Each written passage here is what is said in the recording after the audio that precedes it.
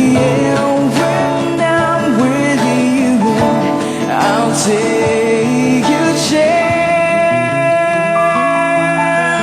Gusto po namin maging inspirasyon sa lahat, lalo-lalo na po sa mga may kapansanan. Pangkaraniwang musicians lang din po kami, pero alam po namin meron pong laman yung musika namin. Kaya po natin maging world-class, na alaman kung matalo.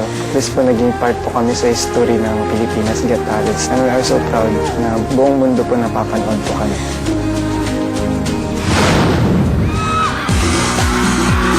Yes, we have here Mami Laura, tama po. Mami, ano po ang mensahe nyo para kay Kay na magpa-perform na po sila on stage?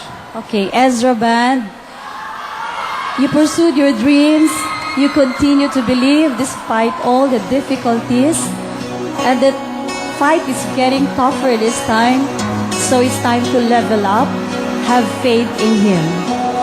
Thank you very much po, Mami.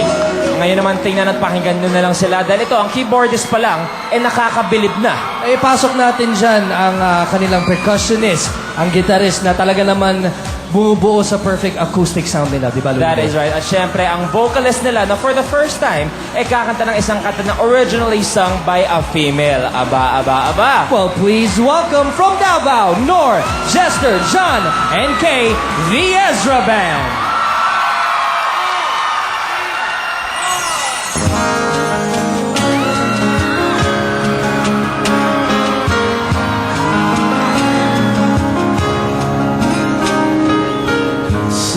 It's true. It's nothing like me and you. Not alone. Tell me you feel the same. 'Cause I will run away. I will run away. Yeah, yeah. I will run away.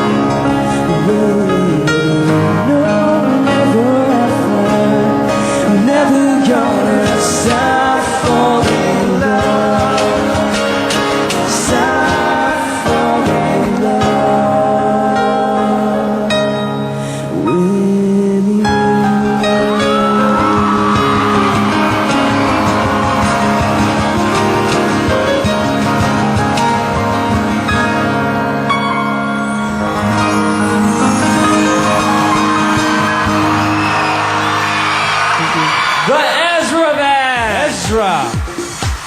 Good evening, Ezra Band. Samahan naman kami dito, please. Wow. Hello, good evening. Good evening, Diyan guys. ang Ezra Berks at Ezra Lights natin. Good evening, Ezra Band. Kay, may tanong ako para sa iyo. Okay? Pwede mo ba ipakita sa amin na example lang kung gaano kaliit o kalaki yung pinaperforman nyo, yung tinutugtugan nyo dun sa inyo? Yung tinutugtugan nyo, kung gaano kaliit yung stage? Ito lang. Imaginein mo, nandito tayo sa Araneta Coliseum. What if one day, magsabi sila, concert ng Ezra Band dito sa Araneta Coliseum? Oh, anong masasabi natin? Sisigaw po siguro mo. Salamat. Tanungin natin ang Ezra Lights at Ezra Berks. Kaya niyo bang punuin ang Araneta Coliseum? Wow. Okay, on that note, that is it from the judges. friendship tayong dalawa kahit ayaw natin banggitin yung pangalan ni Nor, banggitin na natin ngayon. Sige. Kasi Nor, napakagaling mo. Naluha talaga ako. Because ang laki-laki ng hinihinging participation ng keyboard sa kantang yan and you outdid yourself. You are really amazing, Nor. Mabuhay ka. Yes, ha? Kahit hirap akong banggitin yung Nor kasi magi kami. Nor, para sa akin ay simbolo ka ng katatagan. At kayo ay tumatak sa sambayanan at para sa akin, kayo ang coolest band in the land. Sir FNG?